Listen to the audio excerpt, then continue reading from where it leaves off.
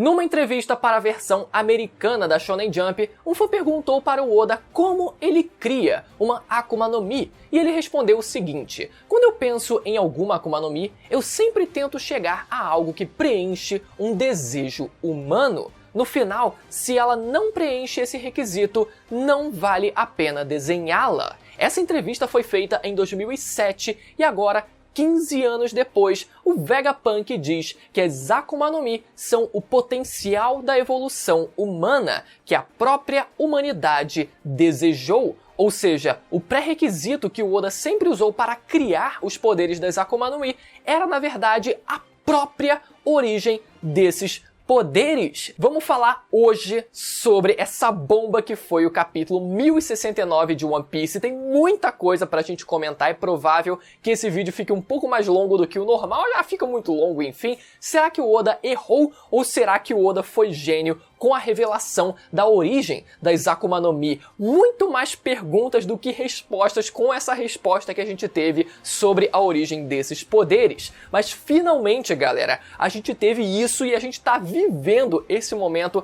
É sim um momento histórico. Então, vambora pra análise completa. Não antes de você dar aquela conferida se você tá inscrito no canal. A gente tá quase batendo a meta quebrada de 650 mil inscritos, mas se a gente bater essa meta, a gente já começa a pensar na próxima, que é de fato a meta dos 700 mil inscritos, galera. Então, já dá aquela conferida no botão de se inscrever e bora pra análise. Fica até o final que tem coisa pra gente falar hoje. Então a gente viu o Luffy se deparando logo de cara com o Rob Lute depois deles entrarem, depois da CP0 entrar na ilha de Egghead. E nesse momento a gente teve umas interações muito legais, né, do Luffy perguntando: cara de pombo, cara do pombo, cara de pombo não, né, cara do pombo, por que você tá aqui? E o Lute tipo, ué, isso é uma ilha do governo, o que você esperava? Onde você esperava que eu tivesse? Ou, por exemplo, o Luffy dizendo pro Chopper, né, olhando pra Atlas e dizendo: examine ela! E o Chopper respondendo: tudo bem, mas eu acho que isso é um trabalho mais pro Frank do que pra mim, né, tipo, considerando que ela é um robô. E o Jinbe mais lá na frente do capítulo, né, quando ele vê a própria cópia dele na versão de Serafim, perguntando: Chopper, meus olhos estão me enganando? Ele olhando pra ele mesmo ali é uma sensação muito esquisita. Só que para a CP0 começar uma batalha contra o Imperador, eles precisam de autorização do alto escalão. Eles não podem simplesmente declarar guerra contra um dos novos imperadores. Tem todo esse sistema de equilíbrio de poderes que eles precisam seguir, e se esse equilíbrio de poder ele tentar ser quebrado, ele precisa ser ordenado por alguém de cima. E é nesse momento que a gente vai para o QG da Marinha, onde a gente vê o Akainu mais uma vez puto com o que tá acontecendo. Eu tô de saco cheio já, sinceramente, das aparições dele. Eu só espero que ele corresponda o nível de força que eu espero do personagem quando ele realmente entrar em batalha. Mas enquanto ele não entra em batalha, a gente descobre que eu tô até arrepiando, galera. O homem, a besta está saindo da jaula, o almirante Kizaru está a caminho da ilha Egghead, galera.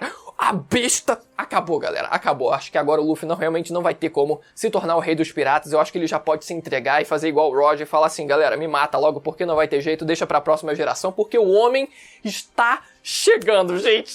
Acabou, vai ser muito bom, galera. Infelizmente, eu acabei de lembrar que o Vegapunk inventou uma porcaria de uma arma, de uma luva que consegue interagir com hologramas feitos de luzes. E isso obviamente vai ser usado contra o Kizaru, mas enfim, só do homem aparecer na ilha eu já tô satisfeito. O homem vai tocar o terror bonito. Mas seguindo, o Lute obviamente ignora o protocolo de espera da Marinha e parte pra cima do Luffy.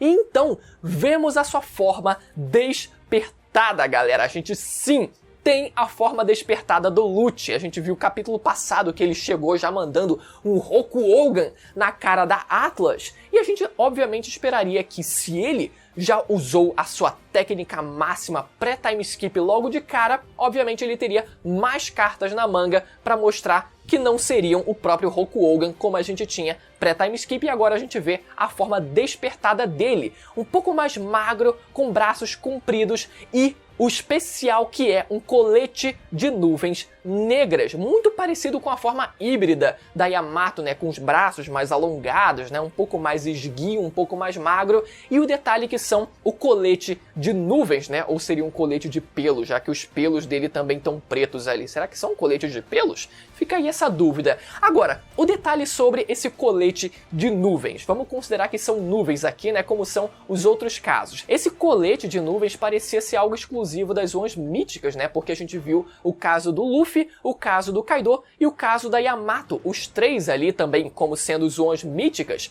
conseguindo ter esses coletes de nuvens. Por exemplo, os guardas de Impel Down possuíam frutas despertadas, eles não tinham esses coletes apesar de serem Zoans. Então realmente parecia ser algo exclusivo das Zoans míticas, mas ao mesmo tempo elas não são, essas nuvens, elas não são exclusivas de formas despertadas. A gente precisa lembrar que o Luffy ele já tinha esse colete de nuvens na sua forma do Gear 4, e no caso da Yamato e do Kaido, a gente não tem confirmação de que eles tinham despertado as suas Akuma no Mi, e mesmo assim eles tinham os seus coletinhos de nuvens. Então isso abriu brecha para que o Lute também pudesse ter esse coletinho.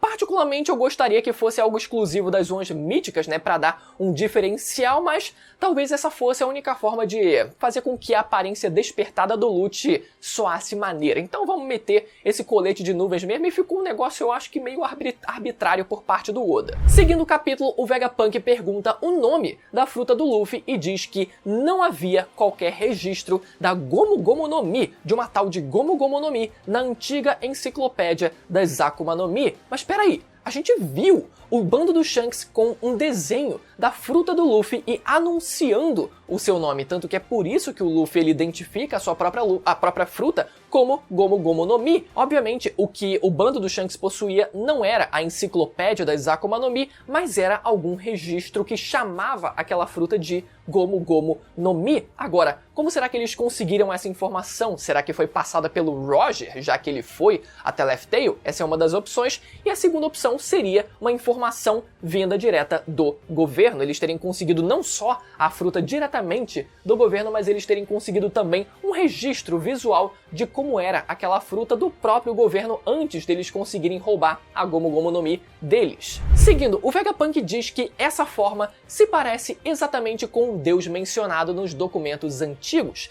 o guerreiro da libertação que sempre é brincalhão e faz as pessoas sorrirem, também conhecido como o deus do sol Nika. Vegapunk então finalmente revela para o bando do Chapéu de Palha a identidade da fruta do Luffy, que era algo que eles ainda não sabiam. Esse é um detalhe importante. Toda a explicação que a gente teve foi dada por parte dos Gorosei, mas não dada para o bando do Luffy. O bando do Luffy só teve um testemunho visual de como era a aparência do Luffy nessa nova forma, mas eles não entendiam exatamente o que era aquilo, e eles também não sabiam que o verdadeiro nome da fruta, a verdadeira identidade da fruta, era do deus do sol Nika. E ele segue para a grande revelação, dizendo que enquanto as pessoas continuarem o desejando, sua existência nunca desaparecerá. Isso significa que, se por acaso as pessoas deixarem de desejar a existência do deus do sol Nika, o poder da fruta vai se extinguir, como se fossem as fadas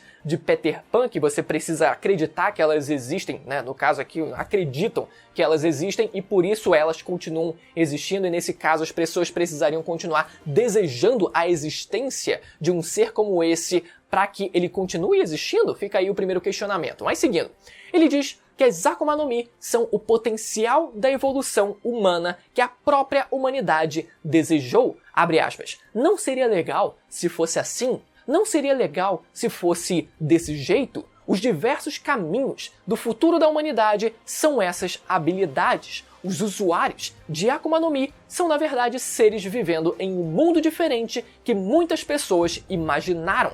Essa é a minha teoria. Não há necessidade de pensar se existem deuses ou não. Fascinante, né?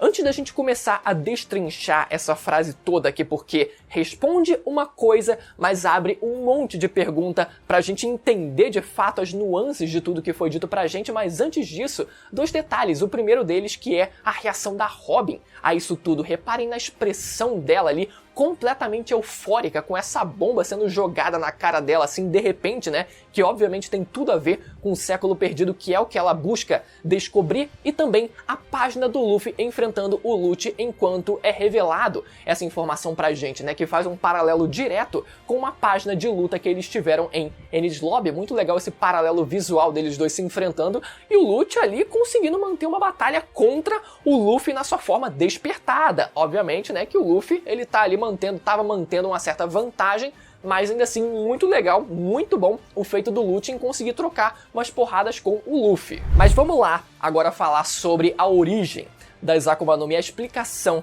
que a gente teve. Primeiro, a gente tinha algumas possibilidades para uma explicação para a origem das Akuma no Mi. Primeiro, na verdade, não possuir explicação nenhuma, dizer que simplesmente as frutas sempre existiram nesse mundo e que é algo natural para esse mundo fantasioso e que seria completamente plausível se essa fosse a explicação, é algo que simplesmente existe, como o Haki, por exemplo, que é a energia espiritual dos personagens, existe no mundo de One Piece, assim como uma porrada de coisa. Segundo, poderia ter uma explicação um pouco mais prática, como por exemplo, existir uma árvore que deu origem às Akuma no Mi, uma árvore mística, né, que tinha frutas místicas e dessa árvore surgiram os poderes das Akuma no Mi, que seria completamente plausível também, já que a gente já possui também árvores com grande importância no mundo de One Piece, como por exemplo a árvore do conhecimento que existia em Ohara, a árvore Adão, de onde surge a madeira, que é feita o Thousand Sunny, por exemplo, e também a árvore Eva, que era a árvore que canalizava, né, que refletia a luz do sol para a Ilha dos Tritões, ou algo nesse sentido. Mas já existem no mundo de One Piece várias árvores com importâncias grandiosas, então ter existido uma árvore que deu origem às Akuma no Mi de forma natural seria também completamente plausível e uma explicação bem até pé no chão.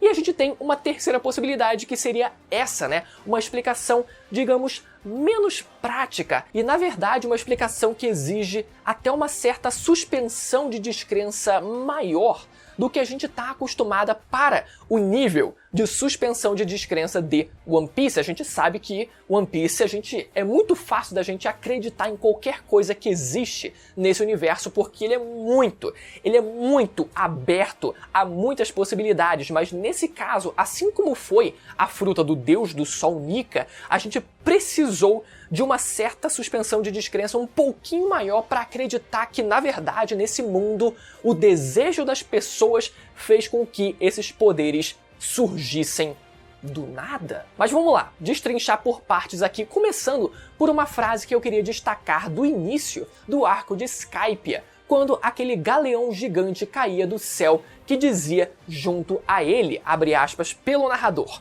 tudo que os humanos possam imaginar é possível na realidade. Essa frase é citada pelo narrador da obra, mas na verdade ela foi dita por um físico de dentro do mundo de One Piece chamado Willy Garon. Se vocês repararem na imagem, é exatamente ele que está sendo citado aqui. A gente não faz ideia de quem seria esse físico e, naturalmente, essa frase ela é descrita para a existência da Ilha do Céu, que era algo completamente desacreditado por várias pessoas. A cidade de Ouro, Shandora, inclusive, também era extremamente desacreditada pelas pessoas, e como eles estavam adentrando no arco de Skypiea, era justamente sobre isso que essa frase se referia, mas ao mesmo tempo também pode ser utilizada para a existência das Akuma no Mi, já que é justamente sobre isso que essa frase também está falando, né? Tudo que os humanos possam imaginar é possível na realidade. O segundo ponto que eu queria tocar é sobre a existência de deuses no mundo de One Piece, que o próprio Vegapunk ele menciona, né? Sobre a gente não ter que se preocupar quanto se deuses existem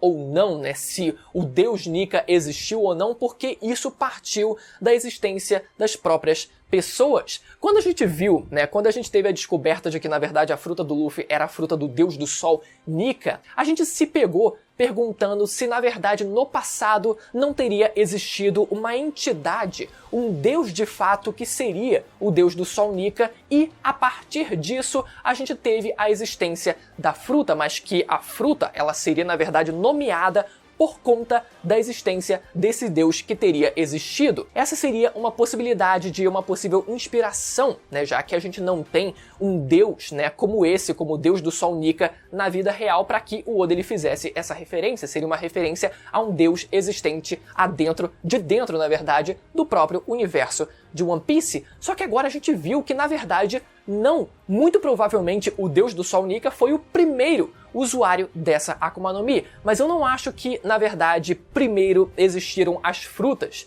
para que elas fossem comidas e assim surgiram os primeiros usuários de Akuma no Mi, mas sim que as pessoas despertaram esses poderes e depois esses poderes e essas vontades elas foram passadas, canalizadas através de frutas. O que é curioso também a gente lembrar que as 3 armas ancestrais elas foram nomeadas a partir de nomes de 3 deuses, que são Poseidon, Pluton e Uranus. Só que a gente nunca viu esses deuses no mundo de One Piece e eles provavelmente existiram de alguma forma no passado para que eles fossem referenciados, os seus nomes, eles fossem servidos de inspiração para que as armas fossem nomeadas dessas formas. Agora a segunda pergunta sobre isso: por que as vontades, os poderes, melhor dizendo, foram passados através de frutas? Exatamente, não poderia os poderes serem passados, por exemplo, de forma genética, já que todos esses humanos eles despertaram esses poderes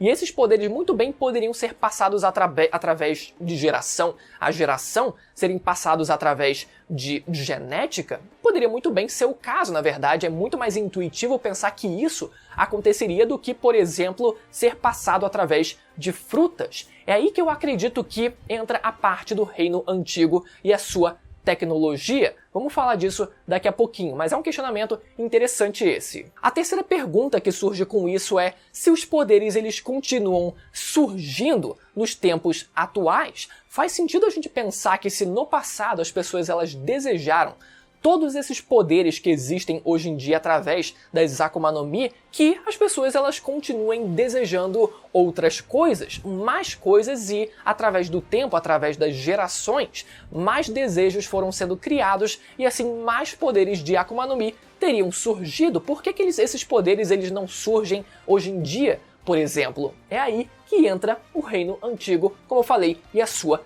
tecnologia. Muito provavelmente isso foi algo exclusivo do Reino Antigo. A gente precisa lembrar aqui da tecnologia absurda que o Reino Antigo possuía, o quão avançado tecnologicamente era esse reino, chegando ao ponto de possuir uma fonte de energia capaz de deixar no chinelo qualquer fonte de energia conhecida no mundo atualmente, dentro do mundo de One Piece. Então, em algum ponto, isso precisaria se encaixar também, e é aí que entra o Reino Antigo ter conseguido provavelmente transformar esses desejos, esses poderes despertados por essas pessoas em poderes de Akuma no Mi. Agora, por que frutas exatamente e não diretamente para os seus sucessores, né, os seus descendentes, é que a gente não sabe por que exatamente. Mas sim, provavelmente o Reino Antigo teria um papel nisso tudo ali para conseguir usar da sua tecnologia, da sua ciência extremamente avançada para desenvolver de fato, para canalizar esses poderes e criar assim as Akuma no Mi de fato. O fato é que com isso, com essa revelação, a gente cria esse meme, né, de a gente se perguntar, tá, mas então todo mundo desejou alguma coisa que se refere aos poderes das Akuma no Mi, mas então quer dizer que alguém desejou se transformar numa jaqueta? Quer dizer que alguém desejou se transformar, ter a habilidade da porta do Blue Eno, por exemplo? Sim, assim como o Oda ele falou e eu citei aqui no começo desse vídeo, toda existência de fruta se dá pelo desejo de alguém. Se existe uma vontade por trás daquilo, isso justifica a existência dessa fruta. E nisso a gente pode pensar nas justificativas mais simples possíveis. Você querer agasalhar alguém que está passando frio da sua família, algum ente querido, com o poder da jaqueta e isso ser criado, ou o poder da porta de você conseguir ficar perto de uma pessoa que é distante de você. Qualquer justificativa pode ser dada para a existência, qualquer história pode ser criada para justificar a existência desses poderes. É só você trabalhar a criatividade. Não é necessariamente você querer ser uma jaqueta exatamente, mas o significado por trás de você querer ser uma jaqueta. É nisso que a gente tem que pensar. Seguindo, o Vegapunk diz que foi por esse motivo que as frutas elas são consideradas antinaturais e odiadas pelo mar, a mãe de toda a natureza. Vamos lá por partes também. Vamos lá, primeiro ponto aqui. Então quer dizer que o mar tem uma vontade própria? Como assim? Ou será que é algo um pouco menos literal, sabe? Algo um pouco mais automático e não tipo o mar sendo algo, um ser senciente, com uma vontade e uma opinião exatamente, dizendo que isso na verdade seria algo antinatural. Porque a gente tem alguns casos isolados no mundo de One Piece de objetos que possuem vontades e a principal delas são as espadas. No mundo de One Piece, principalmente as espadas que são consideradas amaldiçoadas. A gente viu o caso do Zoro com a Ema, que claramente tem uma vontade própria e o Zoro precisou domar aquela espada. Esses são os exemplos mais claros, né? Mas a gente precisa lembrar também de uma coisa que são as vozes de todas as coisas. Todas as coisas elas possuem vozes. Então, quando o Vegapunk ele fala que o mar considera isso algo antinatural, é mais no sentido de você de alguma forma conseguir ouvir a voz do oceano. Apesar da gente nunca ter visto, por exemplo, o Roger, né, que conseguia entender os reis dos mares, assim como o Luffy, etc., conseguiam se comunicar também com Zunichi, etc., eles nunca conseguiram perceber a voz do oceano. E essa é a principal pergunta que a gente tem que se fazer aqui, é o principal questionamento na verdade. O mar tem uma voz também? O mar chega a ser um ser senciente com uma vontade própria? Isso não parece que foi algo estabelecido antes pra gente, ou nunca sequer teve uma dica disso, por exemplo. É isso que soa mais estranho nessa história toda. Segunda pergunta, por que o mar consideraria isso algo antinatural? Se foi algo partindo da própria natureza dos humanos, das pessoas que desenvolveram essas habilidades e assim surgiram essas habilidades sendo algo natural? Ou será que entra o ponto que eu falei do Reino Antigo ter conseguido transformar, né, canalizar esses poderes em poderes de Akuma no Mi, transformar esses poderes em poderes de fruta, e isso, essa parte é o que não seria considerado natural. Ou se a gente for ainda mais adiante, como eu recebi uma marcação no Twitter sugerindo que talvez o que é considerado antinatural seria o próprio desejo de querer ser algo além de si mesmo, viria na mesma linha de pensamento dos gregos antigos com o pecado de hubris ou rubris. Terceiro, e por que isso seria algo repulsivo necessariamente? Por que o mar não gostaria disso? Tipo, ele pode até considerar algo antinatural, mas por que ele não gostaria disso exatamente? Fica aí o questionamento, né? E por último, a observação de que, lembrando que tudo isso é a teoria do Vegapunk, né? Muito provavelmente a hipótese do Vegapunk para justificar a existência das Akuma no Mi, mas pode muito bem ser que pelo menos algumas nuances dessa explicação podem estar erradas ou podem estar incompletas, assim como várias das lacunas aqui que eu levantei, né, que precisam também ser respondidas e que muito provavelmente vão ser respondidas mais pra frente. Mas vale então lembrar que muito provavelmente boa parte do que ele explicou realmente está correto, mas que existem algumas lacunas, existem algumas nuances que podem não estar exatamente corretas. Seguindo o capítulo, finalmente o Sentomaru aparece, galera, fazendo hora extra no seu dia de folga, por isso que ele não tinha aparecido ainda, aparecendo com os serafins do Mihawk, da Boa Hancock e do Jinbe, galera. E o Sentomaru realmente ficou ao lado dos piratas, né? Uma justificativa muito rápida e muito simples, com o Vegapunk dizendo que tirou ele da fome, que deu comida pra ele, que acolheu ele, então por isso ele meio que deveria ser fiel ao Vegapunk. E o Sentomaru meio que fica naquela indecisão, até tem a cena engraçada dele lá, né? Tipo, meu Deus, tá colocando muita pressão em mim, porque eu também vou virar bandido agora, como assim? E ele no fim acaba realmente acatando, né? O Sentomaru consegue dar ordem até mesmo para o Serafim do Kuma. O lado da CP0 fica numa desvantagem enorme. E a gente até vê em seguida, né, uma interação do Luffy com o Sentomaru muito legal, né, deles dois ali, pra já justificar o que veio depois pro Luffy naturalmente já começar a tomar as dores do Sentomaru pelo que veio na página final desse capítulo, com o Lucci chegando e lançando um Shugan de mão inteira no Sentomaru, galera. porra, isso me doeu, atravessou ele ali.